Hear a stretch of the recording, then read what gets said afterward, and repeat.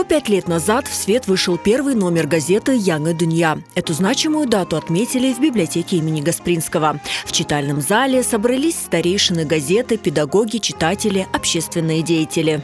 Nasıl olup bu gazete yanıdan doğdu? Nasıl peydalandı? Bugün biz onları bir hatırlamak gerekmiz. Газета «Яңа Дүния» меняла свое название несколько раз. Первый номер был выпущен в 1918 году. Редактором газеты тогда стал турецкий коммунист Мустафа Субхи. И называлась она «Яңа Дүния». Под названием «Яңа Дүния» газета выходила с 1918 по 29 года. С 29 года газета начала называться «Яңа Дүния».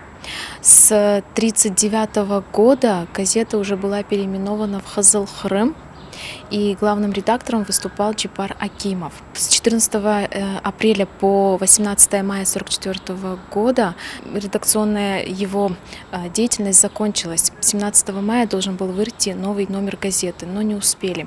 Лишь в 1957 году издание газеты было возобновлено крымско-татарской интеллигенцией в Ташкенте, но уже под названием «Ленин Байрага» – «Ленинское знамя». Тогда ее тираж составлял около 25 тысяч. Любое упоминание о Крыме в газете было запрещено. Но, несмотря на это, газета «Ленин Байрага» стала в ссылке центром для крымско-татарских литераторов и журналистов, школы для новичков, пишущих на родном языке. В 1991 году газета вернулась на свою родину и стала называться «Яңа Дүния».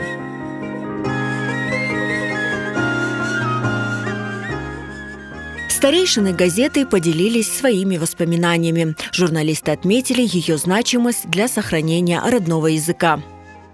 Тіліні тұтып тұрған, әдеби тіліміздің тұтып тұрған екенен нешір, başından sonuna тек теміз Қырым-татар тілінде русша материалдар қосылмай шыққан нешір. Бізде бір газет қалды, «Яңа Дүния». Қолымыздан келгені қадар бұл тіліні сақламаға, әдеби тілімізді сақлап қалмаға, келecek nesillерге еткізмеге тырышамыз. Çünkü biz yapmasak, енді біздің артымыздан келіп yapacak адам жоқтыр.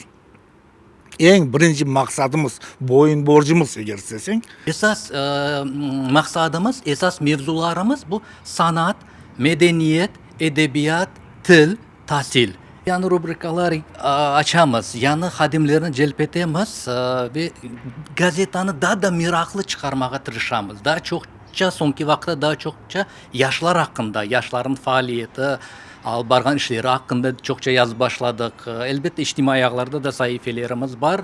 Yani gazetani daha da meraklı yapmaya, daha çok okuyucularını celp etmek için biz çalışamız ve elbette o gelecekki aydın geleceğimizge umutla bakamız.